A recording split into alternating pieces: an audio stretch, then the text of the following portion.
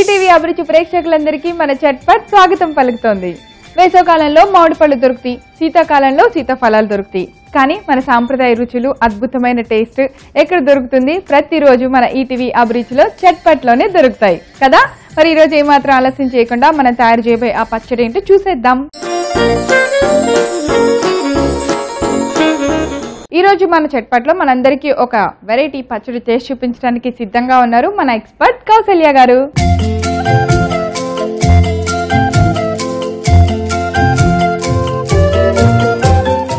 Hi Kaushalya గారు. Welcome to chatpat అండి. Thank you. ఎలా ఉన్నారు? బాగున్నాను. ఏమన్నా చట్పట్ కబుర్లు చెప్పండి మాకు. చట్పట్ కబుర్లు అంటే సమ్మర్ రాగానే ఏంటి మనకి చట్పట్లాడించేటువంటి ఆవకాయల మీదే దృష్టి పోతుంది.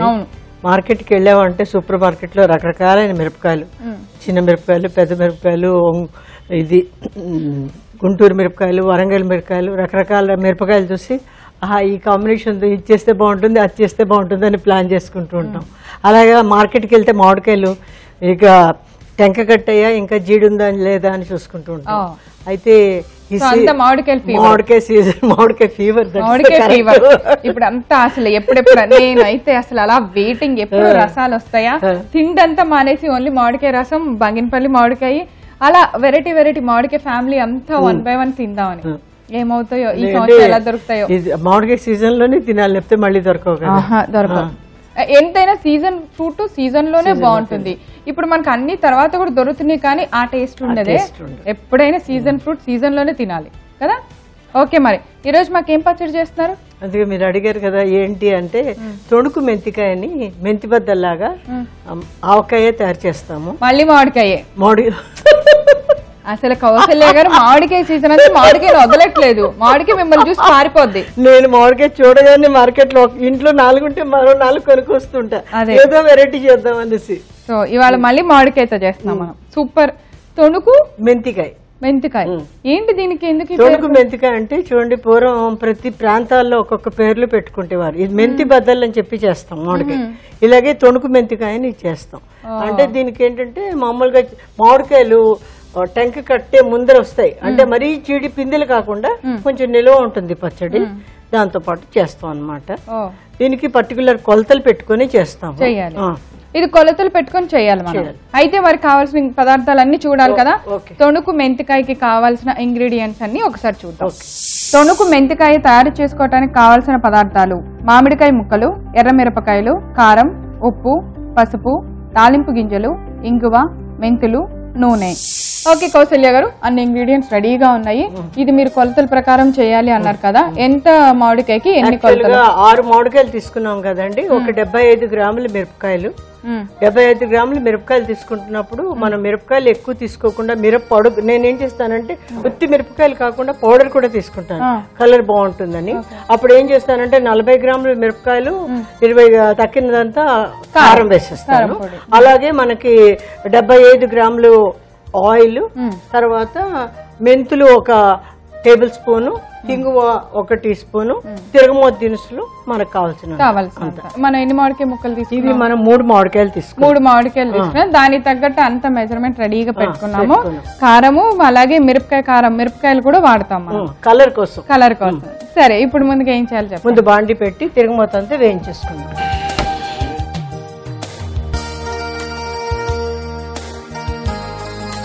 ఇది యాక్చువల్ గా మన పులిహోర పోపు లాగే వేయించుకోవడం. ఆ పోపునంతా మనం దంచేసుకుంటాము. దంచుకున్నాక ఇది మామిడికాయలో కలిపేస్తాం. అంటే ఉప్పు, కారం, పులుపు అన్ని సరిగ్గా ఉన్నాయనుకోండి, ఇది నెలాళ్ళ పైన కూడా ఏమి పాడవదు, బాగా. ఆయిల్ వేద్దామా కొంచెం? ముందు ఒక పని చేద్దాం ప్రవీణ గారు. ఇది మెంతి బద్దల టైప్ లో కాబట్టి మేము మెంతి బద్దలు చేసేటప్పుడు ఏం చేస్తామంటే కొంచెం మెంతులు, ఎర్రమిరపకాయలు వేయించేస్తాం ఆయిల్ లేకుండా. అయితే ఇవి ముందు మనం వేయించేసుకున్నాం.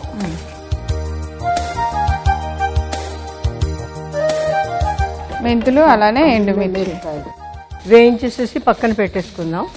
మీకు కావాలంటే 1 డ్రాప్ ఆఫ్ ఆయిల్ వేసుకోవచ్చు, ఘాట్ వస్తుందంటే. లేదంటే అలాగే వేయించి పక్కన పెట్టేసుకోండి. తర్వాత దాంట్లో హింగు వేసేద్దాం. కొద్దిగా వేస్తున్నారు ఆయిల్, ఘాట్ రాకుండా. దీనికి ప్రత్యేకం టేస్ట్ ఏంటంటే దీంట్లోని మెంతులు సువాసన చాలా ఎక్కువగా ఉంటుంది. మెంతులను ఈ హింగువ ఇందులో వేస్తామనుకోండి, ఈ సువాసన ఎక్కువ వస్తుంది దంచేటప్పుడు.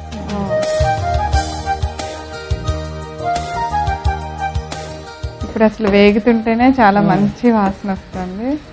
వేగిపోతే తీసిద్దాం. చాలా ఇంకొంచెం నూనె వేయమంటారు, ఏం వేయలే, కొంచెం డ్రాప్ వేసాము సరిపోతుంది, ఘాట్ రాకుండా. తీసేనా? తీసి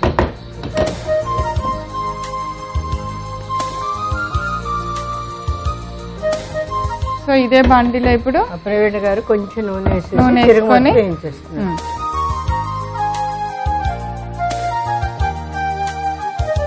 తిరుగుమూత వేయగానే ఆపేసేయండి. ఇంకా నెక్స్ట్ ప్రొసీజర్ మనం కలుపుకోవడం, రోట్లో దంచేసుకోండి. అలాగే అయిపోయింది. సో అంటే ఇప్పుడు మనం ఈ తాలింపుని నూరుకోవాలి. నూరుకోవాలి. మనం ఒక బేసన్ లాంటిది ఏదైనా తీసుకొని మామిడికాయ ముక్కల్లో నూనె, ఇప్పుడు ఉప్పు, పసుపు. అయితే ముందు మనం ఈ కారము అది నూరుకోవాలి కాబట్టి చిన్న రోట్లో నూరేద్దాము.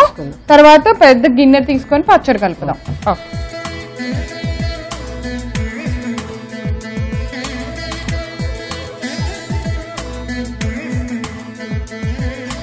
మనకి ఇది మరీ మెత్తగా లేకపోయినా కూడా కొంచెం బరగ్గానే కూడా బాగానే వేస్తుంది.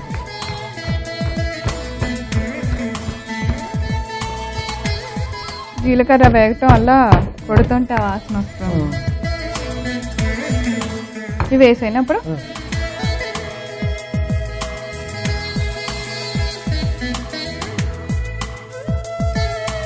ఇలా కొద్దిగా కారము, అలానే కొంచెం కారం పొడి. కొంతమంది ఉత్తి మిరపకాయలు దంచేస్తారు, కానీ నేనేంటంటే కారం కొంచెం వేస్తాను, కలర్ వస్తుందని. కలర్ కోసం కారంలా బాగా నలిగిపోయింది కదా, సరిపోద్దా కౌశల్య గారు? ఓకే, మనకి ముందు పచ్చడికి కావాల్సిన ఒక మంచి డోని అంటే పిండిని రెడీ చేసాం కదా. తాలింపు నూరేసాము. తాలింపు తర్వాత మనం వేయించిన ఎండుమిర్చి, ఇంగువ, మెంతులు బాగా మెత్తగా అయ్యేలాగా, అంటే మరీ మెత్తగా అవ్వలేదు, అలా కారం కచ్చపచ్చగా అయిపోయింది. ఓకే, ఇప్పుడు కలుపుదాం పచ్చడిని. ఓకే, మీకు ఏం కావాలి? ఒక పెద్ద బౌల్. రెండు గారు ముందు మనం 3 మామిడికాయలు తీసుకున్నాం. ఇంత సైజు మామిడికాయలు చిన్నగా టెంక కట్టుతున్నాయి. మరి మరి ముద్ర కాకుండా మరి జీడి మామిడికాయలు కావు మామూలుగా. దీంట్లోనే కారం వేస్తున్నాను, పసుపు,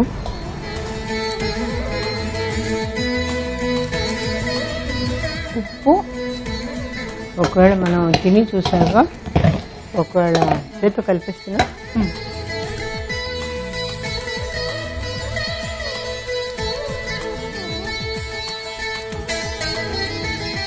ఇప్పుడు మనం వేసుకున్నటువంటి మసాలాను ఒకసారి వేసేసుకుందాం. మనం రుబ్బున్నట్టు మెంతులు,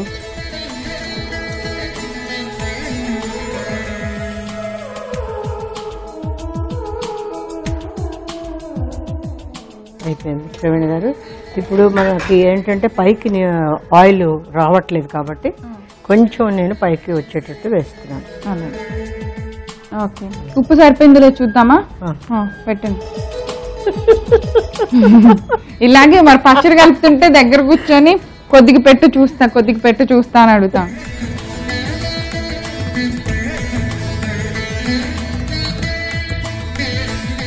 సరిపోయింది. మీరు వేయటం సరిపోకపోవటమా? సూపర్, సరిపోయింది.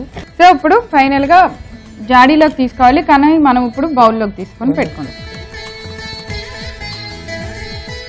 కలర్ఫుల్ గా ఉందో పచ్చడి. కొద్దిగా నానగానే మామిడికాయల పులుపంతా దీనిలోకి చేరుతుంది కదా. చాలా చాలా బాగుంటుందండి. అంటే అన్ని చక్కగా వేయించి కూడా పెట్టాం కదండి. రేవణి గారు, ఇప్పుడు ఏంటంటే నేను ఎక్కువ మీకు ఆల్రెడీ చెప్పాను, ప్రతి మారు కొంచెం నూనె మాత్రం కొంచెం పైన ఉంచుతాం. సరే, ఉంచితే ఏమవుతుందంటే అది బాగా ఎక్కువ రోజులు నిల్వ ఉంటుందని నూనె ఇలా పెట్టి.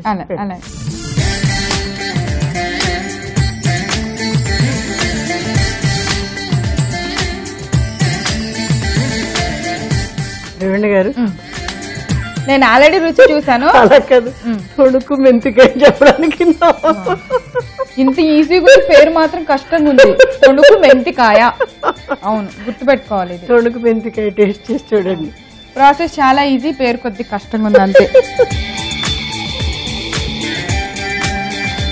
నోరు ఊరుతోంది.